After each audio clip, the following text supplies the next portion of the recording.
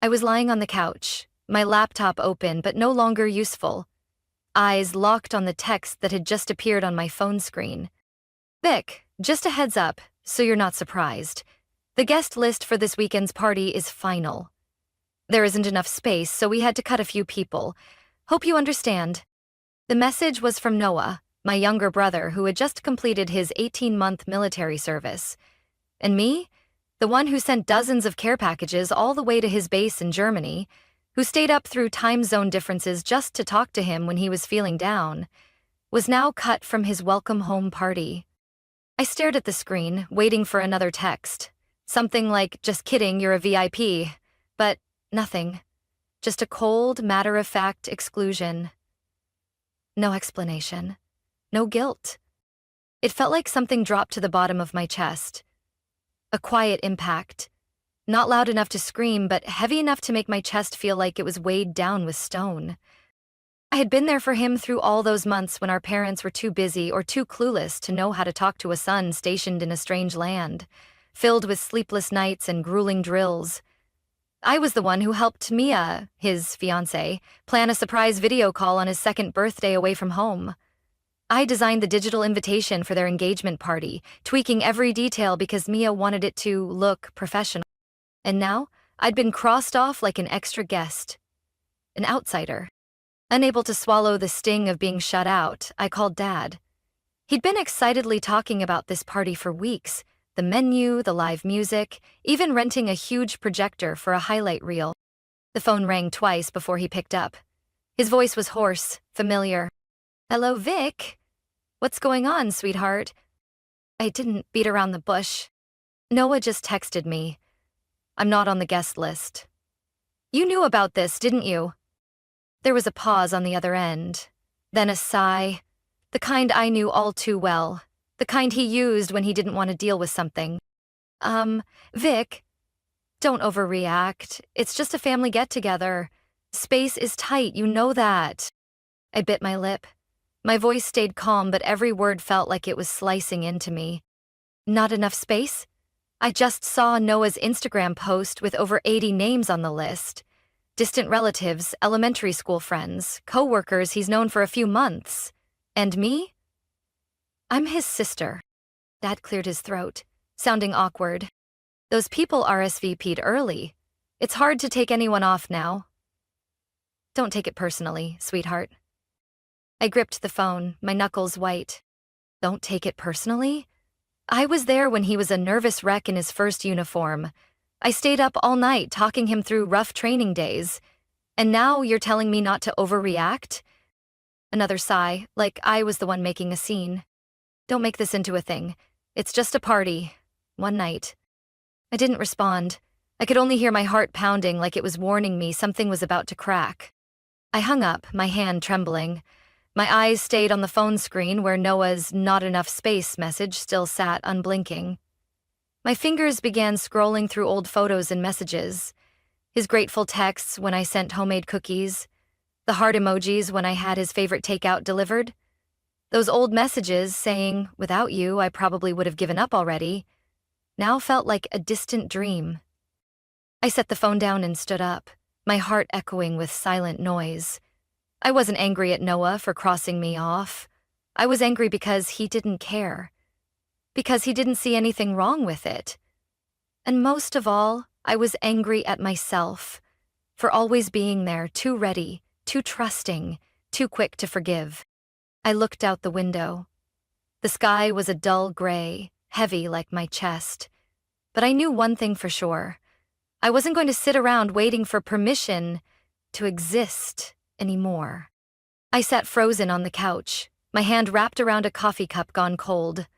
Dad's words still echoed in my mind like a stuck recording. "It's just a gathering." Just a gathering?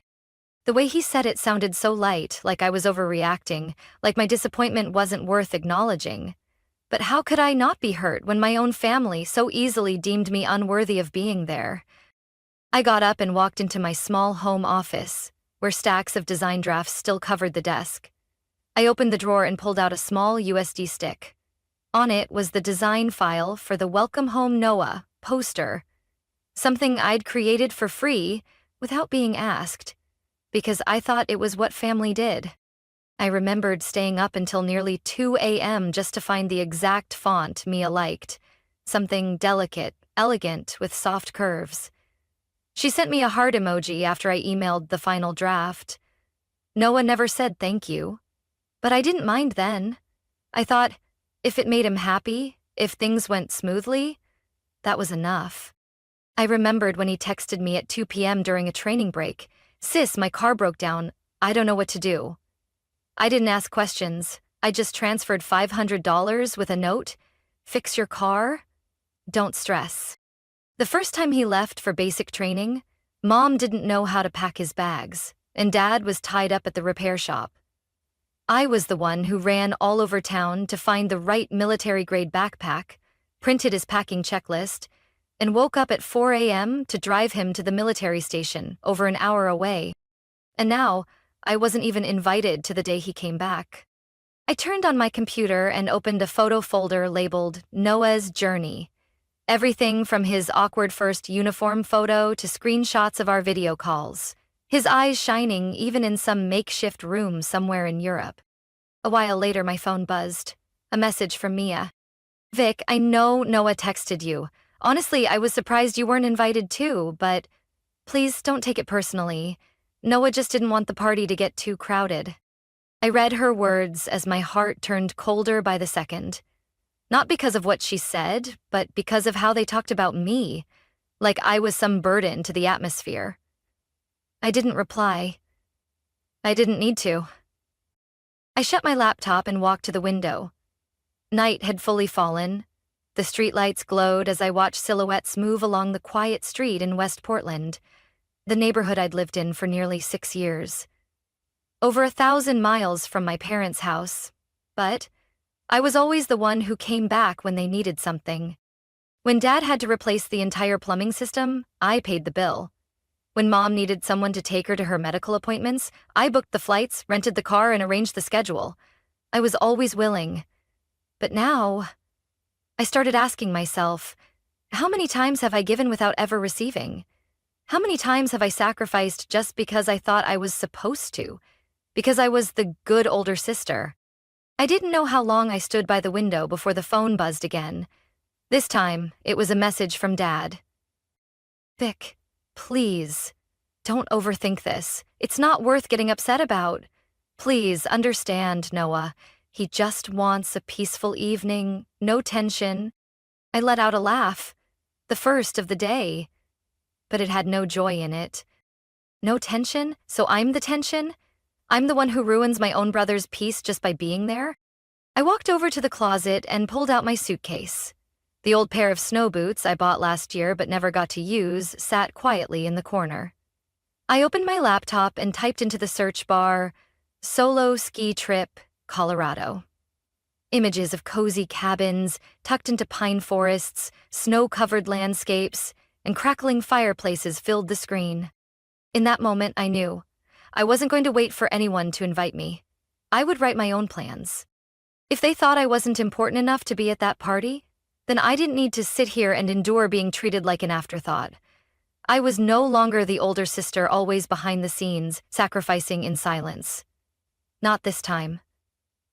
Not ever again. The next morning, I left my apartment earlier than usual.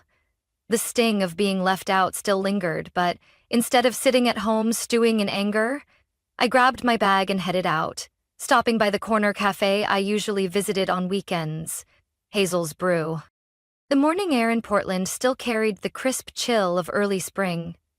The cafe was warm, filled with the scent of cinnamon waffles and soft jazz music that helped ease my heart a little. I ordered my usual, an unsweetened almond milk latte and an apple tart, then picked a spot near the window, where the sunlight landed just right on the glossy wooden table. I was about to check the news on my phone when the voices of 2 people behind me grew louder than usual. I wasn't trying to eavesdrop, really I wasn't, but when I heard my name, my heart froze. What's her last name again, Victoria? Didn't see her name on the guest list for Noah's welcome back party. That was Lila's voice. My cousin, who always had a way of speaking that sounded half accidental, half deliberate, so others would hear. Maybe she did something to upset Noah. I mean, who crosses their own sister off a guest list? I heard she used to be kind of controlling. I held my breath. The second voice was Jenna, another cousin who once messaged me to design a birthday invitation for her son, then forgot to say thank you. Maybe she stopped helping with money? I heard she used to wire him some cash when he was in a bind, but now? Radio silence. Yeah, can't really blame Noah. Who wants someone bringing drama to a party? It felt like someone had slapped me across the face. My ears burned, my throat tightened. I forced myself not to turn around, biting my lip hard and staring at my latte. Every word they said slicing through what little belief I had left in my family. I don't know how long they kept talking. I just know that when I stood up, my coffee was still full, but I felt completely empty. I walked out like a ghost, my hand gripping the strap of my bag so tightly it hurt. What they said wasn't just gossip. It was confirmation. In their eyes, I was the extra. I walked without direction, not realizing where I was going, until I found myself in front of the small bookstore at the end of the street. The one Noah and I used to visit the summer before his senior year, back when he was still that shy little brother who clung to me in crowds. I remembered that afternoon, how he picked a book about military history and looked at me with sparkling eyes. If I join the army someday, would you support me? I hugged him and said, I'll always be behind you. And in all the years that followed, I kept that promise. What I didn't expect was that by the time Noah came back, my place had been replaced by careless whispers and suspicious looks from our own relatives. I pulled out my phone and reopened the texts from Dad, Mia, and Noah. All read, none replied. And I realized none of them thought leaving me off the guest list was wrong. They just thought I was being sensitive, making a fuss, being difficult. I didn't need an apology. I needed respect. And that, clearly, was something they had never truly given me. I returned home with the decision both clear and firm. I would not let myself be labeled as the difficult one ever again. If they thought I didn't deserve to be part of their celebration, then I didn't need to be the one fixing problems I was no longer a part of. I opened my laptop and returned to the travel booking page I'd searched the night before. My cursor hovered over destinations like Aspen, Jackson Hole, before stopping at a place I never thought I'd go. White Pine Lodge, Wyoming. A wooden cabin nestled among pine trees, beside a frozen lake with endless snow-covered slopes. No noise, no judgment, no demands. I clicked book. At that moment, I didn't know what was waiting for me in Wyoming. But I knew one thing for sure. I was done being the forgotten one. That night, I sat alone on the living room floor, soft yellow light spilling onto the warm wooden floor, my empty suitcase open beside me like a void waiting to be filled. The apartment was so quiet I could hear the ticking of the clock. I had just booked a ski trip to White Pine Lodge in Wyoming, a place I'd never been, never imagined would mark the beginning of my self-rescue. I didn't book economy class, not this time. I chose first class, and I didn't hesitate when I hit the payment button. If I'd spent years prioritizing everyone else's feelings, sweating over every little detail for parties that weren't even mine, then this time I would choose myself. Every single moment. The cabin I picked was a private one right by the frozen lake, with wide windows looking out at snow-covered mountains and a real wood-burning fireplace. It came with a full package. A private ski lesson, lift tickets, even a fine dining dinner at the resort restaurant. The total cost might make some people wince, but I didn't care. I was used to spending money on others. This time, I was investing in myself. Friday morning, I arrived at the airport early, wearing a thick, cream-colored coat and the beige knit hat I bought last year but never got to wear. Sitting in the first-class lounge, hands wrapped around a hot cup of tea, watching planes glide past the windows, I felt a lightness, as if I'd just cut the cord tying me to years of heavy expectations. The flight to Wyoming was smooth. The flight attendants treated me like I was truly VIP, and maybe, for the first time in my life, I felt like I deserved that. When the plane landed in Jackson Hole, the biting cold made me shiver, but it was a good kind of cold, a cold that snapped me into clarity. Like my body was shedding every last trace of careless words, heavy silences, and looks that no longer saw me. The driver who picked me up was a middle-aged man named Hank, with salt and pepper beard and a warm voice. "First time at White Pine?" he asked while fastening his seatbelt. "Yes." I heard it's peaceful and beautiful, hoping it lives up to that. "Better than you'd expect," he smiled, squinting behind his sunglasses. "People come here to find themselves. Maybe that's what you're doing too?" I paused for a moment, then nodded gently. "Maybe I am." The road from the airport wound through snowy pine forests, wooden cabins scattered along the mountainside, like a holiday postcard. When we pulled up to the gate of White Pine Lodge, I couldn't breathe for a second. It was stunning. A main lodge built of wood and stone, snow-covered shingles on the roof, a soft plume of smoke curling from the chimney. It all looked like something out of a fairy tale. The receptionist, Tara, a woman about my age with a long braid and cheeks pink from the cold, greeted me with a warm smile.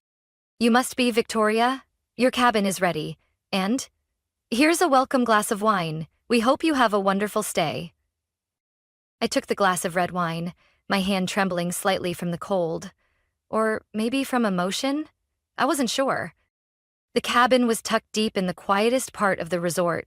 When I stepped inside, the warmth from the fireplace made my cheeks flush.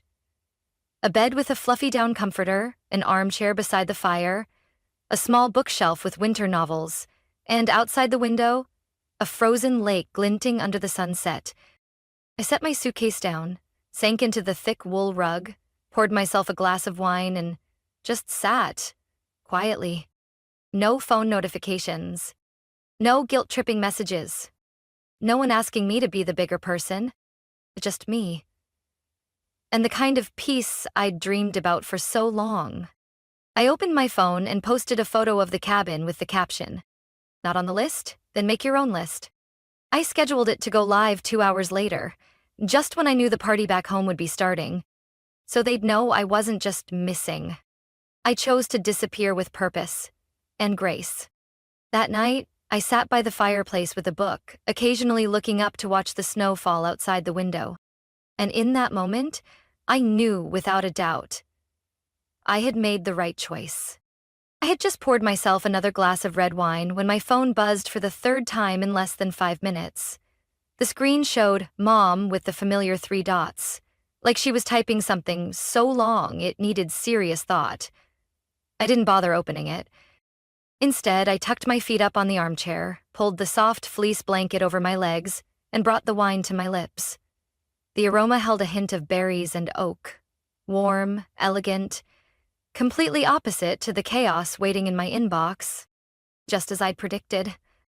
The moment my cabin photo post went live, right on schedule, the reactions from my family exploded like wildfire. The simple caption, "Not on the list? Then make your own list," paired with the image of me sitting by the fire, glass in hand, snow glowing through the window.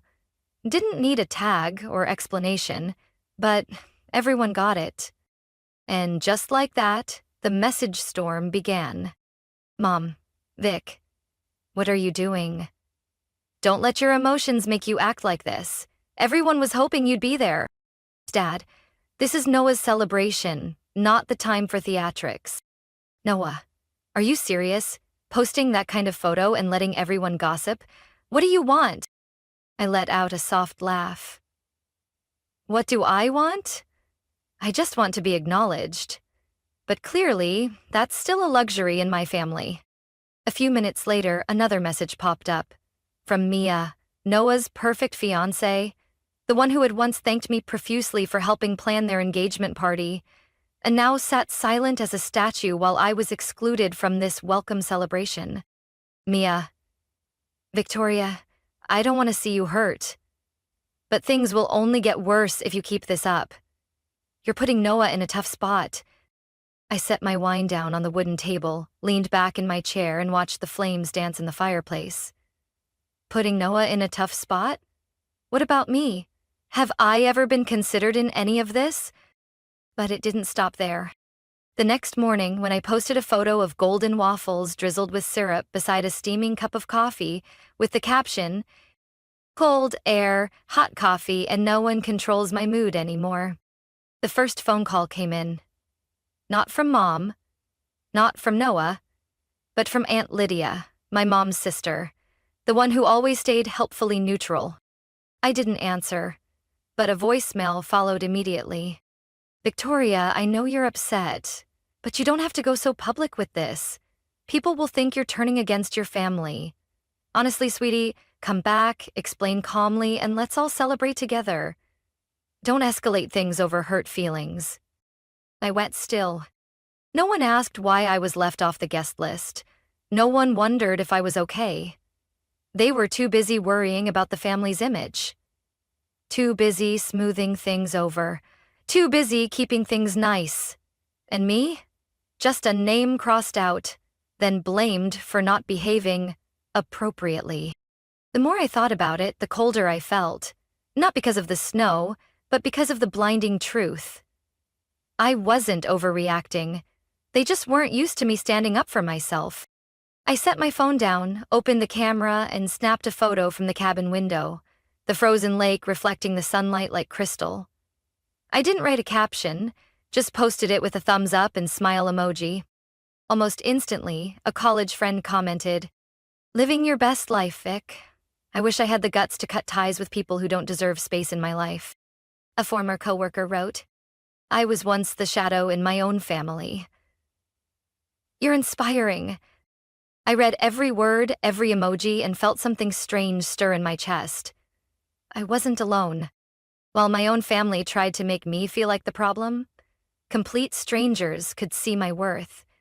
That night, as the fire in the hearth faded to embers, I reopened my phone and found another message from Noah. "Noah, if you had just come, none of this would have happened. I really don't understand why you had to turn this into some big lesson." I quietly typed a few words, then deleted them. Finally, I replied, "This lesson isn't for you. It's for me, and I won't forget it." I hit send. This time, I didn't feel torn. I didn't feel regret. I just felt peace. And I knew I had taken another step out of that old cycle called endure, to be accepted. I was sitting on the wooden floor by the cabin window, wrapped in a blanket and sipping hot cocoa when the phone rang again. It was Carla, my cousin on Mom's side, the only one in our extended family I still kept in touch with, because she was smart enough to stay out of the drama and kind enough never to hurt others for her own gain. I picked up, and before I could say anything, her voice burst through, a mix of excitement and disbelief. "Vic, oh my God, sit down. You will not believe what just happened." I took a sip of cocoa, smiling softly. "Let me guess. Someone spilled the cake, or Noah said something dumb in front of Grandma?" No, this is way beyond that." I raised an eyebrow, sensing chaos was about to unfold. Carla's voice dropped to a whisper, like she was hiding in a corner to call me. Mia walked out, in the middle of the party, right after throwing a mocktail all over Noah. I nearly spilled my drink. "What?" "Yeah, turns out Noah got caught flirting with Rachel Myers, his ex from high school, the one Mia swore was never allowed in shared spaces." I leaned on my knee, heart racing. Rachel Myers. That name alone used to set me off, even if it was just a harmless birthday comment on Facebook. And Noah? Never really knew how to set boundaries. Mia really left? Not just left, Vic. Before storming out, she told everyone, "I was stupid to think you were actually a grown-up." Then bam, mocktail all over his crisp white shirt. Everyone froze. I didn't know whether to laugh or sigh. And Noah? After Mia left, he lost it, punched the brick wall by the door. Guess what happened? Broken hand? Bingo, right wrist. Swollen like a grapefruit. They had to call an ambulance. Your mom was sobbing, saying everything's falling apart. Your dad ran around looking for help, but half the guests had already quietly left. I got up, walked to the kitchen, set down my cocoa, and leaned on the counter. The chaotic puzzle in my mind was coming together into something almost pitifully comedic. Carla wasn't done. Oh, and Uncle Pete, you remember? The one always bragging about whale watching in Alaska? He got so drunk he slipped and face-planted right into the punch bowl. I burst out laughing. No way. I swear. But the best part, Grandma, wanna guess what she said? I stayed quiet, sensing the punchline would land hard. Carla took a deep breath, then lowered her voice like she was sharing a golden secret. She looked Noah straight in the face, hand bandaged, shirt soaked in punch, and said, "You're paying the price for cutting out the one person in this family who truly loved you unconditionally. Don't expect forgiveness from the heavens when you erase your own blood." I froze. I had always thought Grandma sided with my parents, always choosing peace over justice. But today, she said that straight to Noah's face? Carla continued. She stood up, grabbed her cane, and walked out like a queen. No one said a word. "Vic, you weren't there, but you were still the center of tonight." I walked back to the couch, holding the phone in both hands. I don't even know what to say. Carla giggled. "You don't have to say anything. You didn't need to be there for them to realize how important you are. They wrecked it all by themselves. And this time, you're not the one paying the price." I looked out the window. Snow was still falling softly. The pine forest outside my cabin stood silent, untouched. Inside and out, it was all still and calm. And somehow, in the chaos of a party I wasn't invited to, I felt free. I had just stepped out of the hot tub on the cabin's porch, towel wrapped around my shoulders, still scented with herbal oil, when my phone buzzed again. Another message, this time from Noah. "If you had been there, none of this would have happened." I stared at the words, my finger hovering between two impulses: delete it immediately or save it to remind myself that some things, once said, can't be unsaid. I didn't reply. Instead, I sat down on the wooden chair beside the outdoor fireplace, watching snow gather on the pine branches, feeling a strange mix of bitterness and quiet amusement. They had made me the family's shield for years, only to panic when I stopped standing there to absorb their fallout. My phone buzzed again. This time, it was Mom. "Can you stop being childish? Noah is a wreck and your father and I are dealing with everything. Why is it that when the family needs you, you choose to disappear?" I took a deep breath, trying not to let the anger boil over. I'd heard those lines my whole life. When we need you, you're not there. Why can't you be more like your brother and just take a step back? Family means sacrifice. But this time, I was different. I no longer wanted to carry the weight of roles they'd assigned to me without my consent. Then came a missed call from Dad. When I didn't pick up, he left a voicemail. "Victoria, I don't understand why you're blowing everything up over not being invited to a party. Your mother's been crying all night, and Noah's in pain, physically and emotionally. You're an adult. You should know this is when you need to come back." I pressed my lips together, eyes focused on the screen that lit up with another new message, this time from Mia. "Vic, I know I have no right to ask for anything, but I'm honestly freaking out. I don't know what to say to Noah, to his parents, to our friends. Everyone's looking at me like I ruined everything. If you could just talk to Noah, even for a moment, maybe he'd calm down." A shiver ran down my spine. They were blaming me. Not one person asked why I wasn't at the party. Not one of them considered that maybe I stayed away because I was tired. Tired of being the one to fix what no one else ever tried to keep whole. I opened my notes app and typed a single line. Not being there to clean up the mess doesn't mean I caused it. Then I got up, walked into the cabin, poured myself a cup of peppermint tea, and opened the window. The cold air swept in, carrying the scent of pine and melting snow. I knew this for certain. If I went back, I'd end up cleaning up the pieces again. The one they never saw as important. Until everything fell apart. And the most ridiculous part was, I didn't do anything. Noah flirted with his ex. Mia walked out. My parents lost control. and me. I simply wasn't there, and yet somehow became the center of the fallout in their eyes. I picked up my phone and scrolled through all the messages, pausing on Mom's, "Can you stop being childish?" I pressed and held, selected forward, sent it to myself, and titled the conversation, "Why I'm Not Going Back."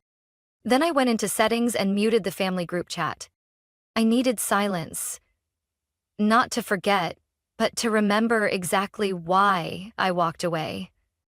As night fell, the firelight danced across the wooden walls again. I opened the book I brought, a novel about healing, and read slowly, page by page. No messages, no guilt-tripping voices, just the wind brushing the cabin roof and words whispering of freedom. And I knew, no matter how hard they tried to pull me back, I wasn't in that old place anymore. I had stepped out of my old role, the silent endurer, the peacemaker, the one who was never allowed to be angry, hurt, or say enough. I woke up to sunlight peeking through the wooden blinds, casting a soft golden glow across the ash-gray blanket.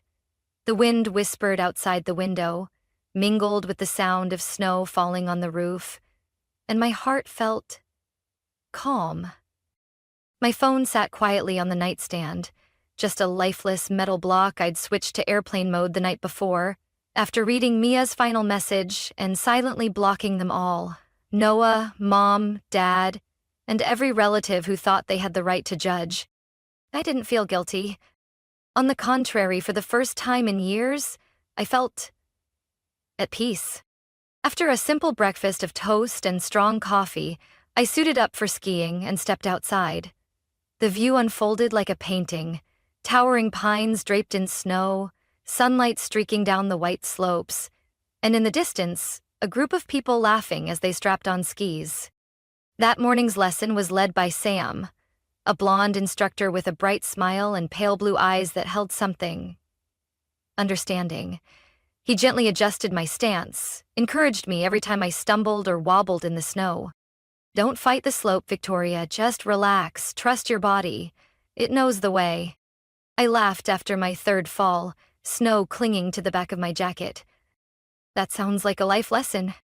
"Maybe it is," Sam winked. "I've met a lot of people who came here to escape something, but once they dared to glide down that first hill, they realized what they really needed was freedom." I looked at him, feeling something catch in my chest. He probably had no idea how close to home that landed. In the afternoon, I joined a snowshoeing tour around the frozen lake. The guide, Linda, was a warm, witty woman in her 50s. Beside me walked a couple from Seattle.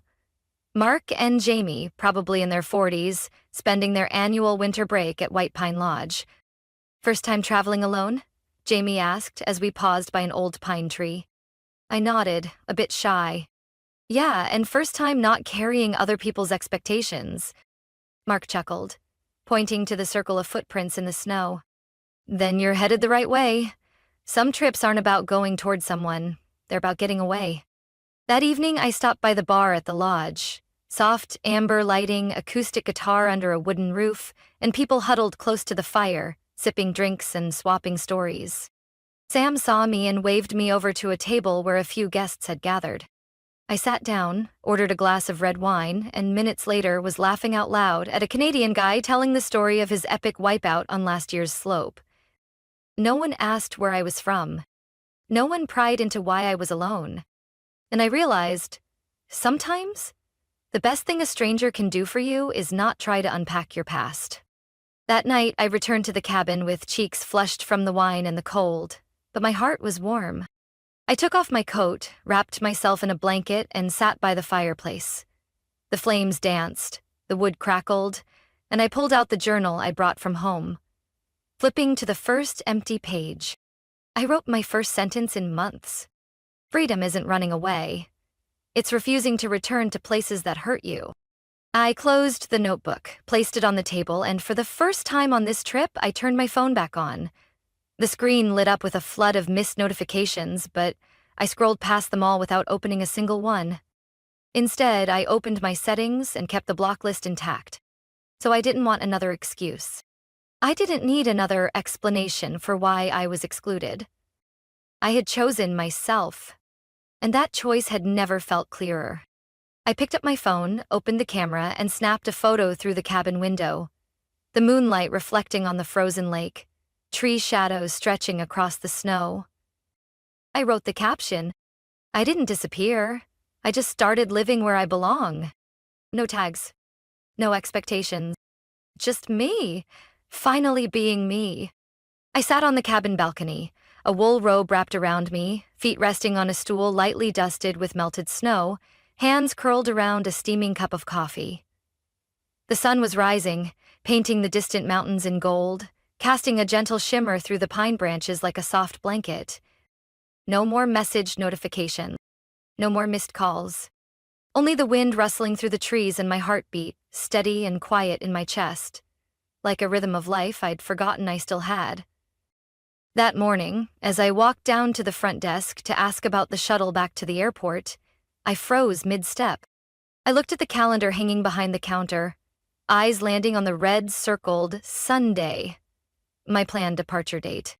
I looked up and asked Tara, the receptionist, with a smile warm as hot cocoa, if I wanted to stay one more week, is the cabin still available? Tara didn't look surprised. She tilted her head and tapped a few keys. Lucky for you, it hasn't been booked yet. Want me to hold it for you? I nodded without hesitation. I wasn't afraid of going back. I just couldn't see a single reason to leave a place where I finally felt like myself. That afternoon, while sipping wine at the resort bar, I got a message from Carla, the one cousin I still spoke to after everything. Your mom's organizing a family meeting next week, apparently to clear the air. Just a heads up, you're on the guest of honor list. I leaned back in my chair, watching the golden light sparkle through my wineglass. A slow smile crept across my face. Not from anger, but from knowing the game all too well. An intervention masked as concern, but really just a performance. A collective defense in which I'd be pushed back into the role of the one who needs to understand. I typed a short reply and sent it to Carla. I'm too busy enjoying myself. Good luck with your mess. No exclamation mark. No fake warmth. Just a goodbye I wouldn't be taking back.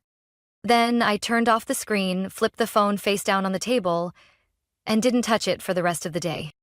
The next few days passed like a frozen stream in the woods. Quiet and refreshing. I spent mornings skiing with Sam, afternoons walking the lake trails with familiar guests, and evenings back at the wooden table in the bar, listening to Mark's stories about getting lost on mountain hikes in Colorado. No one mentioned family. No one asked what I was running from. We were just people, living in the now with no need to explain the past.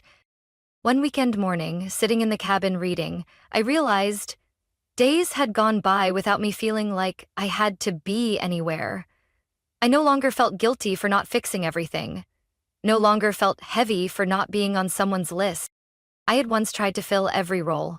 The dutiful daughter, the selfless sister, the woman who never let anyone down. But I'd learned this. Living for how others see you will always make you a blurry version of yourself.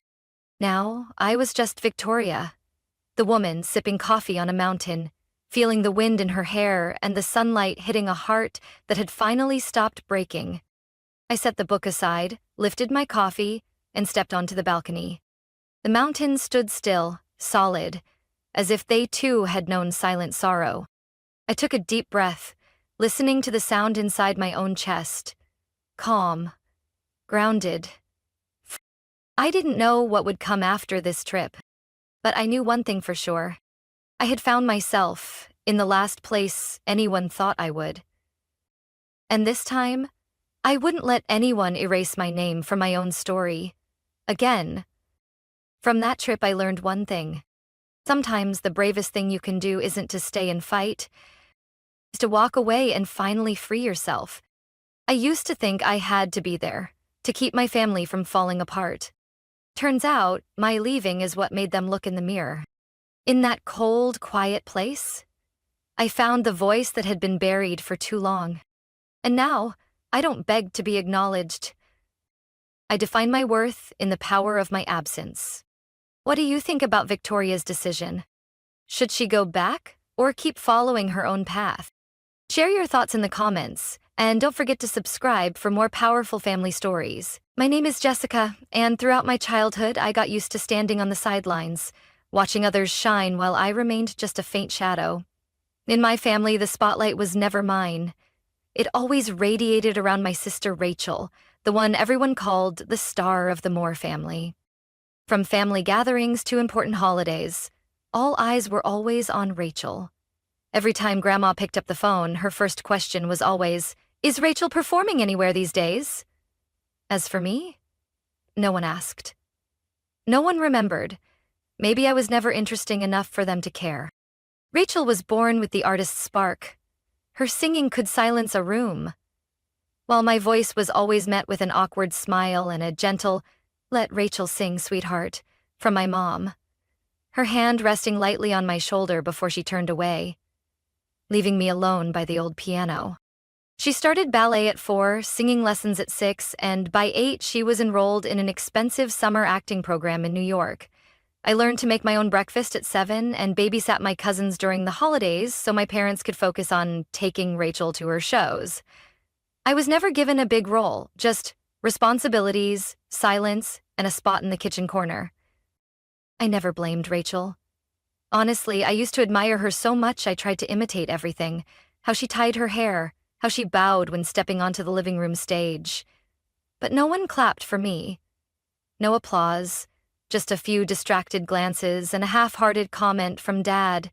"She's probably better suited for accounting." Once, I tucked a poem I wrote under my mom's pillow. A few days later, I saw the paper on a shelf, used as a coaster. No one said anything. Not a word, not a sign that anyone had read it. But I didn't cry. I learned to swallow my sadness, as if I were the family's secret jar, holding all the things they didn't want to remember. Of all the people, only Aunt Carol, my dad's younger sister, truly saw me. She would visit on Saturday afternoons with homemade oatmeal cookies and a warm smile. When she found me hiding in my room reading, she didn't call me out or ask why. She just sat next to me, silently flipping through her book, as if silence itself was a form of connection. "What are you reading, Jess?" she once asked, gently brushing the spine of my book. "About ancient Aztec cities," I replied, eyes still fixed on the page. She nodded, her eyes sparkling with interest. "You have a rare curiosity. Don't let anyone make you think that's not valuable." I never told anyone, but Aunt Carol's words stayed with me for years. In a world that made me feel like I was never enough, her words were the only compass keeping me from getting lost.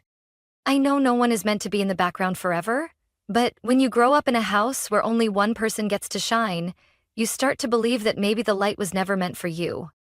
I used to wonder, if I disappeared, would anyone notice? But then I realized I didn't want pity. I just wanted a chance. One moment to be myself, without comparisons, without being pushed aside. I waited 18 years for that moment. And I didn't know when it would come, but I promised myself, when it does, I'll grab it with both hands. I won't let anyone bury me again. I entered my senior year of high school with a quiet fire burning inside me, a determination to prove that I deserved to be seen. While Rachel had left home the year before to attend a prestigious arts academy in Chicago, I poured everything I had into my books, group studies, and countless late nights under the soft yellow glow of my desk lamp. Teachers began to notice me. My essays were read aloud in class, my grades stayed among the highest, and at the end-of-year awards ceremony, my name was called as the top student of the entire grade, beating out hundreds of others. For the first time in my life, I heard applause just for me. I still remember the look in the principal's eyes as she handed me the certificate. Admiration, with not a hint of pity. That evening, I brought the certificate home, my heart racing. I pictured Mom hugging me tightly, Dad smiling with pride, that maybe just once they would truly see my worth. But the moment I stepped through the door, certificate still in hand, Mom spoke first. "Jessica, help me with the dishes. I'm on the phone with Rachel. She's got a performance next week at the City Arts Center." I froze. The certificate trembled slightly in my hand. I swallowed a sigh, then quietly took it to my room. The next morning, I gathered all my courage and sat down at the breakfast table, waiting for Dad to fold his newspaper and look up. I took a deep breath. "I want to study business management," I said, my voice strangely calm. "The state university has a great program, and I qualify. I've done the research. Tuition is about $18,000 a year." Silence fell over the table. Dad blinked at me, and Mom gently set her coffee cup down, her face showing clear surprise. Then suddenly, Dad burst into laughter, a laugh that was half teasing, half disbelief. "You want to be a manager? Rachel performs all over and still struggles to get by." "You think managers make money?" I pressed my lips together, trying to keep my voice steady. "I'm not doing it for the money. I want to learn, to grow, to live my own life." Then Mom spoke, gently but firmly. "Jessica, we already spent everything on Rachel, you know that. We can't support both of you." "But I'm valedictorian," I nearly shouted. "I did everything right. I didn't go out. Didn't ask for anything. I'm just asking for a chance." Dad slammed the newspaper down, his eyes cold. "This discussion is over. You'll work at Uncle Sam's grocery store after graduation. For now, that's it." I don't remember how I left the table. I just know that when I closed my bedroom door, the tears started falling, and I couldn't stop them. Not because I was rejected, but because I realized they never expected anything from me to begin with. I don't know how long I sat there frozen, until the phone rang. It was Aunt Carol. "Jess, are you okay?" Her voice was soft, but I could hear the concern. I didn't answer right away, but maybe my silence said enough. After a pause, she spoke again, even more gently. "I have some savings. Not much, but enough for your first year. After that, if you work part-time or get scholarships, you can continue." I was speechless. All my emotions broke loose. Aunt Carol didn't make grand promises. She just offered a beginning, a hand reaching out when I was about to fall. "But why would you do that?" I asked, my voice shaking. She smiled softly. "Because no one else in this family sees your worth, and I can't stand by and watch you give up on your dreams just because they're blind." I held the phone as if I were holding my own heart. That day, for the first time in years, I felt like I had a real chance to live a life not defined by someone else's shadow. I made a quiet vow to myself. If anyone still thought I didn't deserve it, I would prove them wrong, and I would start right here, on a path I carved out with my own strength, with the unconditional love of the one person who always saw me, Aunt Carol. I moved in with Aunt Carol just a week after that life-changing conversation. Her house sat in a peaceful Portland suburb with a lavender garden and an old swing creaking gently in the afternoon breeze. Unlike the cold house I used to live in, this place was always filled with sunlight and the scent of cinnamon tea she brewed every morning. She didn't say much, but just one look, one gentle pat on the shoulder was enough to calm my heart. I quickly applied to Oregon State University, majoring in business management. With an outstanding transcript and a heartfelt essay, I was not only accepted but also awarded a partial scholarship. Aunt Carol cried tears of joy when she received the email. "See? I told you. You just needed a chance," she smiled, pulling me into a hug. College years flew by like a whirlwind. I worked part-time at the library, attended seminars, and spent every summer interning at small businesses around the city. I learned how to stand on my own, from managing finances to writing resumes, interviewing, and building a professional network. There were times I was so exhausted I thought I'd collapse, but then I'd remember that night. The night I stood silently at the family dinner table, holding my forgotten valedictorian certificate, and I knew I couldn't stop. 4 years later, I graduated with honors. During the ceremony, as I stood on stage receiving my diploma, I didn't look for my parents in the crowd. I only saw Aunt Carol standing there, her eyes glowing like the June sun. "You did it, Jessica. she whispered as I hugged her tightly. Now, go live your own life. Shortly after, I was hired as an assistant manager at a high-end restaurant chain called Willow and Ash, known for blending classic American flavors with modern European cuisine. I started in a small role, but I always volunteered for the tough tasks, took detailed notes, learned how to handle staffing, read financial reports, and patiently listened to customers. Within just 2 years, I was promoted to branch manager in downtown Seattle. It was a huge step, not just because of the salary, but because I had finally proven I could run an operation with over 50 employees. The day I signed the new contract, I sent my first message to my mother in years. I just got promoted to manager at Willow and Ash. I'd love to invite you and Dad to dinner whenever you're free. Not long after, my mom called back. Her voice was still gentle like before, but this time there was hesitation. Jessica, I heard you're working at a fancy restaurant. Your dad is very proud of you. Despite all the scars in my heart, I smiled. I just want the family to know I'm doing okay. And if you need any help, I can pitch in a little. I started sending money each month so they could repair the leaking roof, replace the old fridge, and even cover medical bills when Dad had a minor back injury. I didn't do it to be loved. I just didn't want anyone to go without, the way I once did. After that, the atmosphere between us changed. At family gatherings, my mom would go on and on about Jessica, the talented daughter, managing a fancy restaurant, always busy but still thinking of family. The old phrases like, "You're not cut out for academics," or "Rachel is the real talent," were no longer mentioned. Instead, I heard things like, "My daughter works downtown, you have to book a table a week in advance."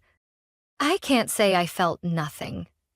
Part of me wanted to ask, what about all those years before, when I stood alone in that cold house, and no one even asked if I was okay? But I stayed silent. I didn't need to say it. That silence reminded me just how far I'd come, on my own 2 feet. But just when I thought things had settled, something unexpected happened. Something I never saw coming. And this time, it didn't come from a stranger, but from the one person I thought was always on my side. One quiet Sunday afternoon, I was sitting on the balcony of my apartment, sipping mint tea and reviewing my weekly schedule.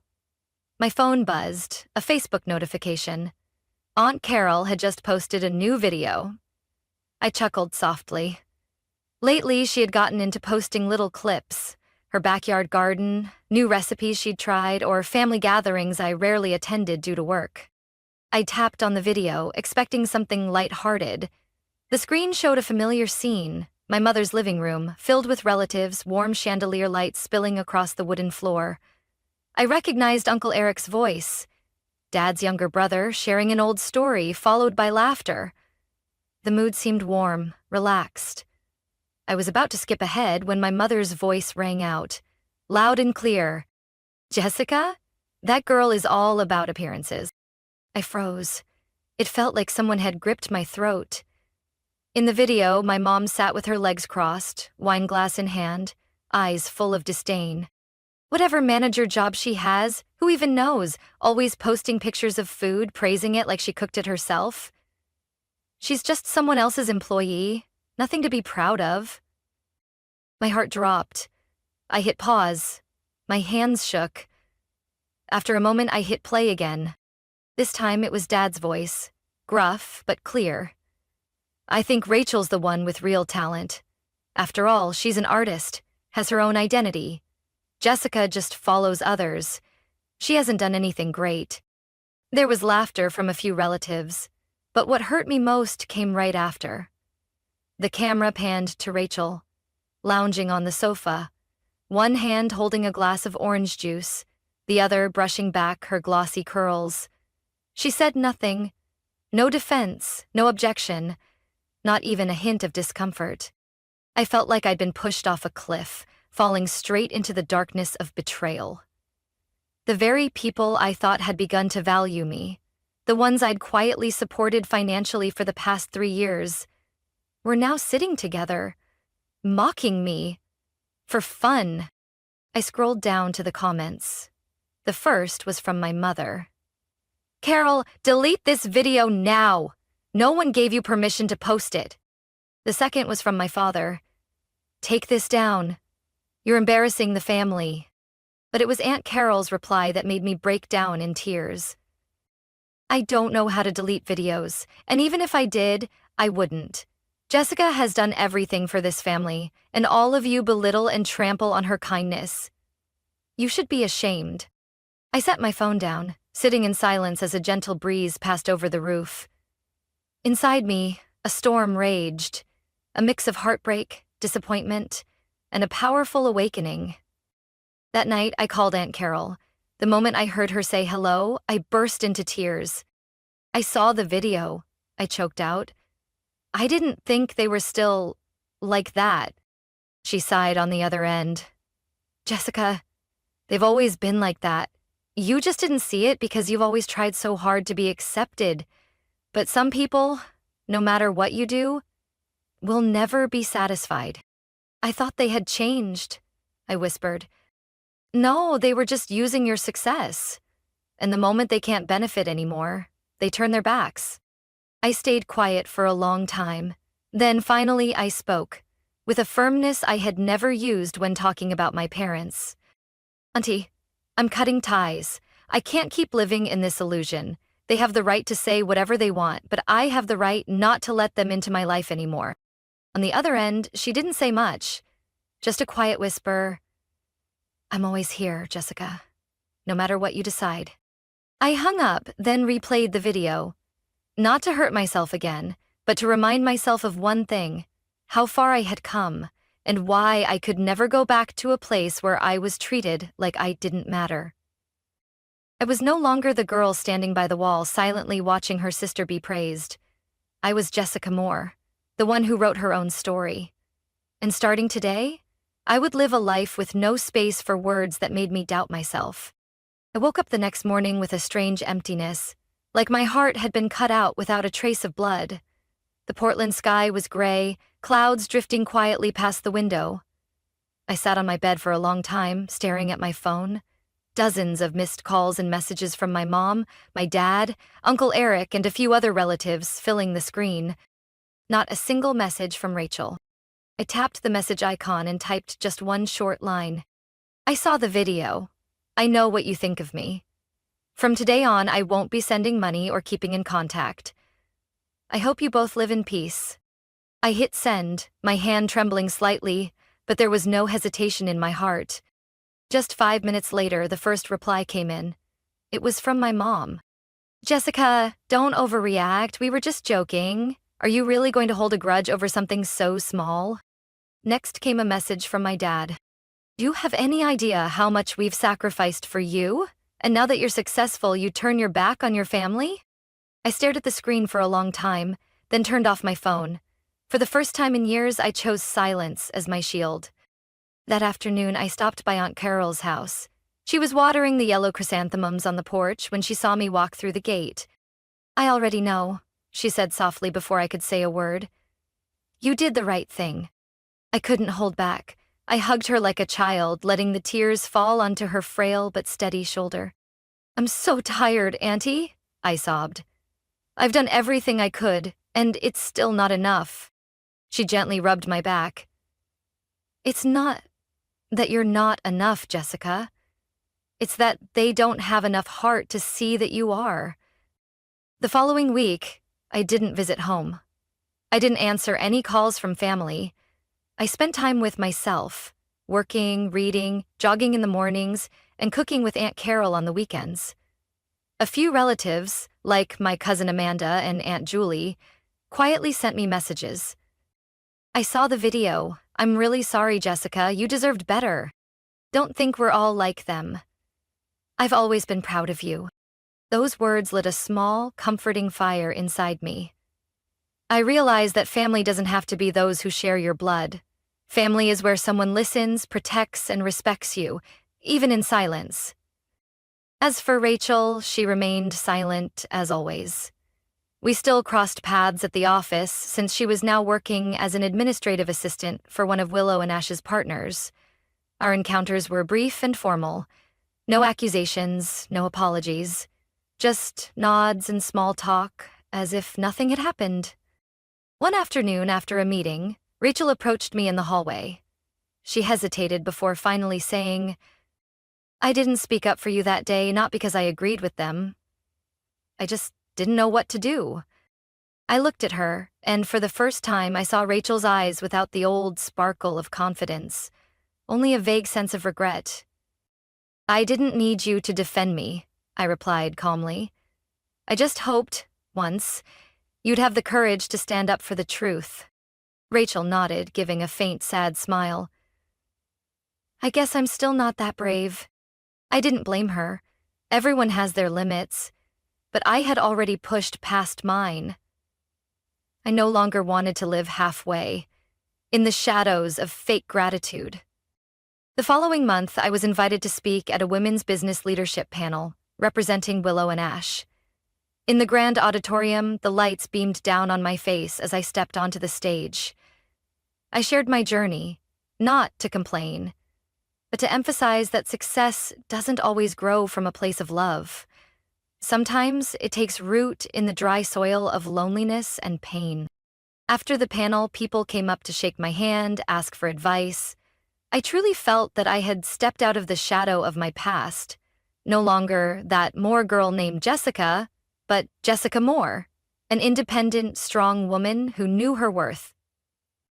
But I didn't yet know that behind Rachel's silence and my mother's belated apologies lay another secret, one that would once again test the trust and resilience I thought I had fully forged.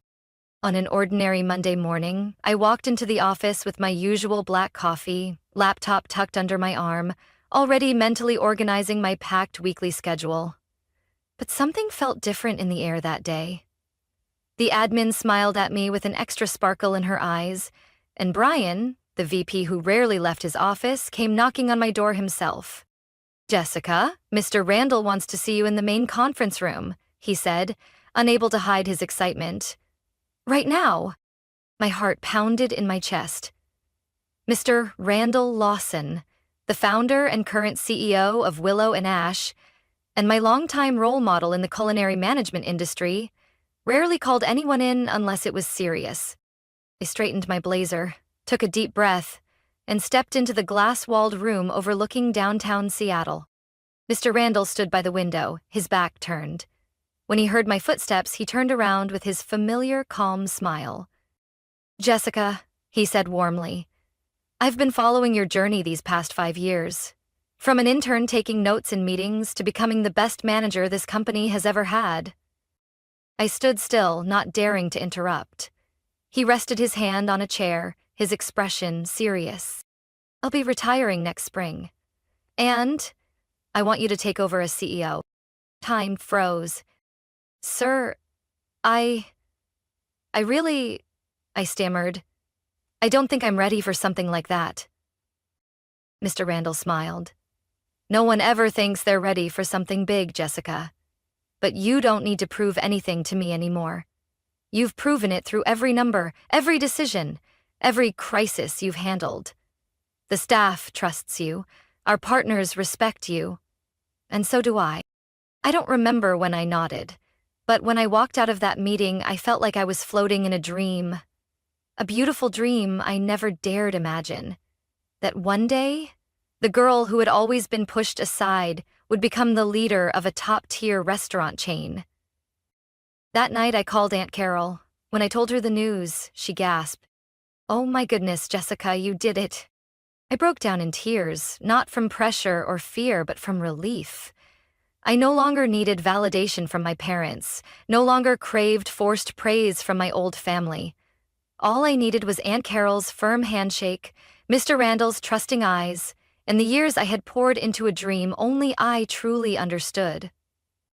This success wasn't luck. It was proof that I had chosen the right path.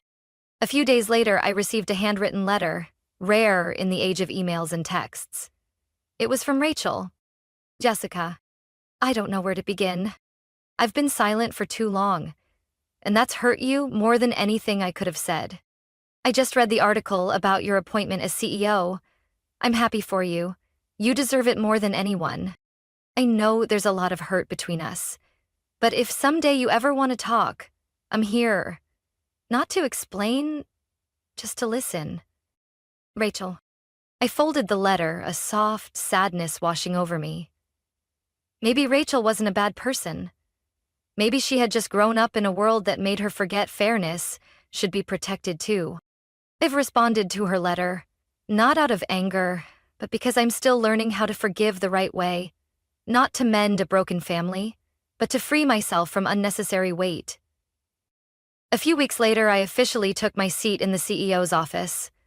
From the 23rd floor window, I looked out over the glowing city, quietly grateful for everything that had happened, even the hurt, because those very wounds taught me how to rise, how to choose, and how never to let others define my worth.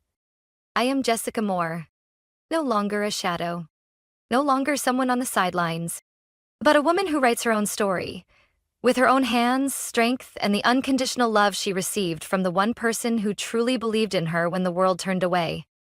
On Carol. Looking back, I understand now that not everyone will see your true value, and that's okay.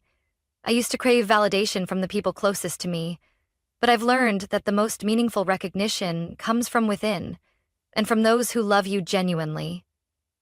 I was once someone else's shadow, but now I walk in my own light.